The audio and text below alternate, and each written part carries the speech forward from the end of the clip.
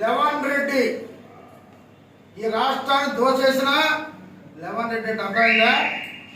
జగన్మోహన్ రెడ్డి అంటే 11 సీట్ల రెడ్డి, ఆయన పేరు లెవన్ రెడ్డి. చేస్తే రెండో పని ఇసుక.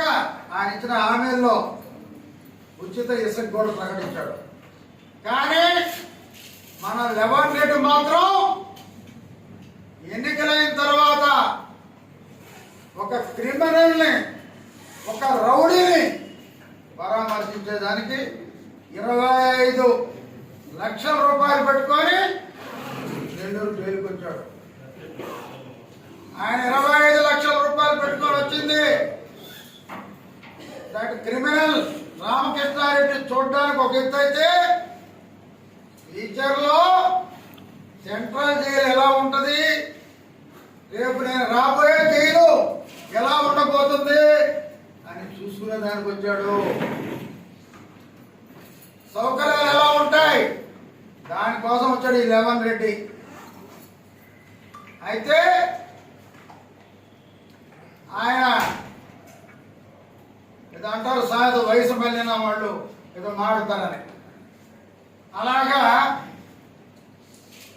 ముఖ్యమంత్రిగా ఉన్నవాళ్ళు పెద్ద మనిషిగా వ్యవహరించాలి, ఇలా వ్యవహరించకూడదు చంద్రబాబు అన్నాడు లెవన్ రెడ్డి. లెవన్ రెడ్డి గారు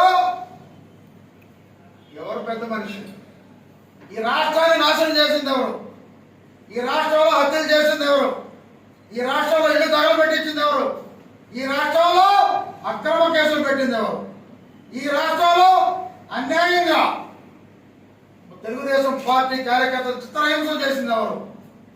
నెల్లూరు ఎత్తుకుంటే నా మీద 64 కేసులు, మా కార్యకర్తల మీద ఎత్తుకుంటే అనేక కేసులు, మా బాలాజీలో మా తగ్గులో లేకపోయినా వైసీపీలో కొట్టుకున్నా బాలాజీ మంత్రి స్వామి కేసు. అదే రకంగా నాగేంద్రను బెదిరించి వైసీపీలో చేరతావా లేదని అడిగి నేను చేరను అంటే రౌడీషీట్ చేశాను. మరి జహీర్ ఒక పేదవాడి ఇల్లు కట్టుకుంటే 550 మంది 600 మంది పోలీసులు పెట్టి మొత్తం పగల కొట్టించిన మీరు లెవన్ రెడ్డి నెల్లూరులో చేసిన అరాచకాలు కొన్నే చెప్తున్నా. జిల్లాలో తెలుగుదేశం పార్టీ కార్యకర్తల మీద ఎందరో హింస పెట్టింది మీ పార్టీ కాదా? మీకు తెలియదా? రౌడీతో చేసింది మీరు కాదా? తెలుగుదేశం కార్యకర్తల్ని కొట్టింది మీరు కాదా? అనేక ఇబ్బందులు పాలు చేసింది మీరు కాదా? లెవన్ రెడ్డి ఇప్పుడు నీతి మాటలు మాట్లాడతావా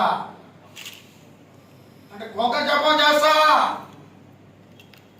పెద్ద మనిషిగా ఉండాలా చంద్రబాబు? నేను వస్తా, నీకు చూపిస్తా. ఎక్కడికి వస్తావు? సెంట్రల్ జైలుకా? సెంట్రల్ జైలుకే నువ్వు వచ్చేది.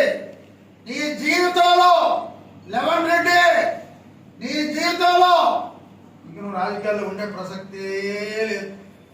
అటువంటి తీర్పు ఇచ్చారు ప్రజలు.